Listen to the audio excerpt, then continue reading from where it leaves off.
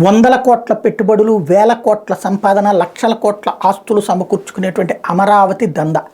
చుట్టూ ఉన్న భూములు కొనేసి ఆ భూముల విలువలు వందల కోట్ల నుంచి వేల కోట్లకు చేరడంతో ఇక తాము కోటీశ్వరులం అయిపోయామని సంతోషపడుతున్న సందర్భంలో ప్రభుత్వం మారి జగన్ సర్కార్ రావటం, ఆ జగన్ 3 రాజధానులు అంటాం, విశాఖకి తరలి వెళ్ళడానికి సిద్ధం కావడం, అతను అక్కడికి వెళ్తే ఇక్కడ పెట్టిన పెట్టుబడులు పక్కకి వెళ్ళిపోతాయి. అంతకుముందు 2004 సంవత్సరంలో కనుక తెలంగాణ రాష్ట్ర సమితి కాంగ్రెస్ అని పొత్తు పెట్టుకోగానే ఒక్కసారిగా విజయవాడ గుంటూరు మధ్యలో 3 లక్షలు 5 లక్షలు ఉండేటువంటి ఎకరం కాస్త 4 కోట్లు 5 కోట్లు ఏకంగా 10 కోట్లకు చేరడం.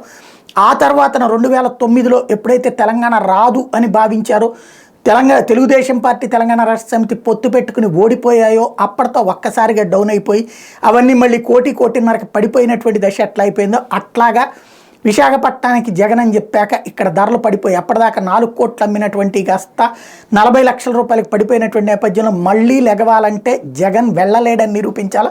చంద్రబాబు నాయుడు అధికారంలోకి రావాలి, జగన్ అధికారంలోకి రాకూడదు అన్నటువంటి రూట్లో ఎన్ని రకాలుగా వీలైతే అన్ని రకాలుగా అది రాజకీయం, అన్ని పార్టీలను కలుపుకు వెళ్ళటం, మరొకవైపు న్యాయస్థానాల ద్వారా ఆపే ప్రయత్నం చేస్తూ ఉంటే దాంట్లో విశాఖకు వెళ్ళనీయకుండా వేసినటువంటి పిటిషన్లు సుప్రీంకోర్టు తోసిపుచ్చితే హైకోర్టులో ఒక సింగిల్ బెంచ్ దాన్ని ఆపుతూ ఆదేశాలు ఇస్తే డివిజన్ బెంచ్లో ఇప్పుడు మరొక మిరకిల్స్ జరిగినాయి.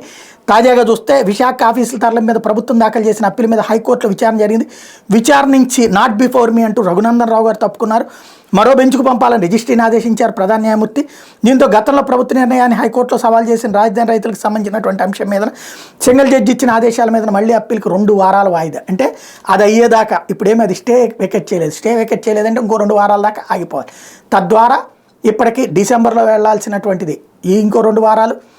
ఆ తర్వాతన ఇక ఎలక్షన్ దగ్గర పడుతున్నటువంటి సమయంలో విచారణ ఇదంతా పూర్తయ్యాడు. ఎందుకంటే జగన్ని వెళ్ళనీయకుండా ఉండటానికి రియల్ ఎస్టేట్ వ్యవస్థ అంతా కలిసి చేస్తున్నటువంటి వ్యవహారం, అమరావతి రైతుల ముందు పెడుతున్నటువంటి వ్యవహారం అయితే జగన్ని వెళ్ళనీయకుండా ఆపడంలో సక్సెస్ అవుతుంది.